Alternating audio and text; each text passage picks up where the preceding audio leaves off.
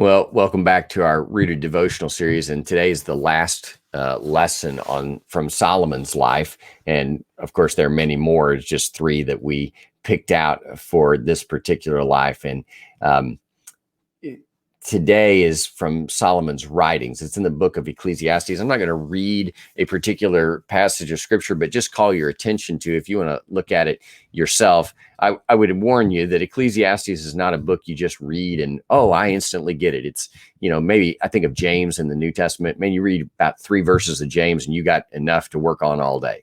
Ecclesiastes is not quite like that.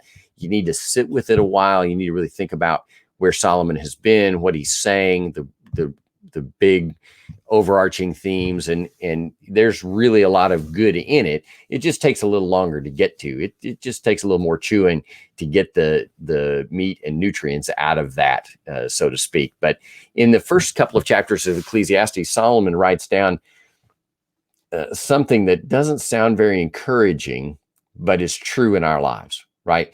He basically lays out and he says, here's what I did. I was searching out the meaning of life, I think is a fair way to say it. He's wiser than anyone in his world. Wisest man in history outside of Jesus is the way the Bible represents him. And because he asked for wisdom from God. But at some point in his life, he said, I'm going to explore what makes life really great. And so he kind of walks through them. He says, I thought about all the wisdom and knowledge I could get. I tried to learn everything I could learn, study everything in the world. We might say like a man of science or just a student of literature and all of those things. He tried to gain all the knowledge he could get. And he's the wisest man on earth, so he can do that pretty well. He said, that didn't really do it. I tried every pleasure that I can imagine. And remember, he's the king. He's got all kinds of money. He lives in a situation where he can command whatever. So I think we can say, yep, whatever there is, he probably tried it. That's kind of the way he lays that out. So whatever enjoyable thing he could do, he just gave himself over to that. I'm going to explore that, see if that makes life really great. That didn't do it. I tried to get all the possessions, he says in chapter 2. I tried to get all the possessions I could have. See how that worked. Didn't work out for him either.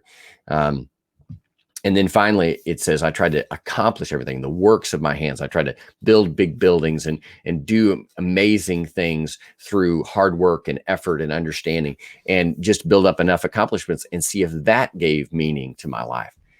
And he gets through all of those and says, that's not it. He in fact says they're like a chasing after the wind. They're vaporous. They're nothing. And again, I think you need to sit when you say, well, really nothing? Is there nothing in all of those things? No, but I think Solomon is saying they weren't fulfilling. They didn't have the thing that I was looking for. And maybe that's you. Maybe we understand that bit. Like, have you found yourself thinking, man, if I could just have a little more money, I'd be happy? If I could just have a little more leisure time, or just this thing that would bring me happiness and joy, I would find fulfillment in that. Well, let me just say, Solomon said, I did it all, and I had as many resources as anybody. I could get whatever I wanted, and I had it all, and it didn't work. It didn't fulfill me. It didn't satisfy me. One of the things that I think that the Bible's really great about, that God has really thought of us well about, is this idea of learning from others, right? We're given all these stories in the Bible. They're not all good, right? I would say that there are kind of 3 responses to, or 3 ways maybe we learn or don't learn. Some people make mistakes and they don't seem to learn from them. They just seem to make the same mistakes over and over and over again. And I do that. I shouldn't say it's just a kind of person. That happens to me. But, if we slow down and take a little time, usually we learn from our mistakes. Like, we make mistakes and we start to learn from them. We're like, hey, let's not do that again. I would say the really wise person, the person who really pays attention and has the most success probably in improving their life, is somebody who can not only learn from their mistakes, but they can look at others and say, hey, I'm not going to do that. They learn from other people's mistakes. That's not always the easiest thing, but the Bible gives us examples like that and just says, hey, learn from this person's mistake. And one of those is Solomon.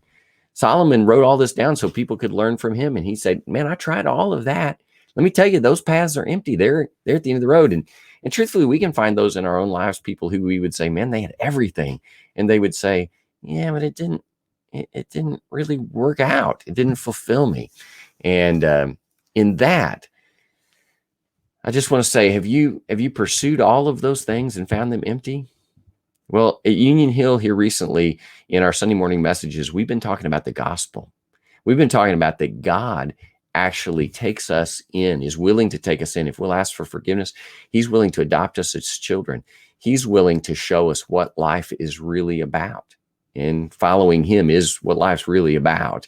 And where we find joy in our relationship with him is where ultimate joy is found. And acceptance and love and joy and peace and all the things that we're looking for are found in him. And so if you've chased all these other avenues down and said, why aren't these working? They don't work. The guy who had the most of everything, they didn't work for him either. But you can find real lasting joy and love, acceptance in Jesus. And I encourage you, if you don't join us here at Union Hill, well, take a look at our YouTube channel or our Facebook page and find the sermons and see what the gospel really means. And I, of course, encourage you, don't just look at it online. We would love for you to join us at Union Hill. And if you need some help finding what it is Jesus wants for you, we'd love to help you with that. Reach out to us here and come join us. We'll see you soon.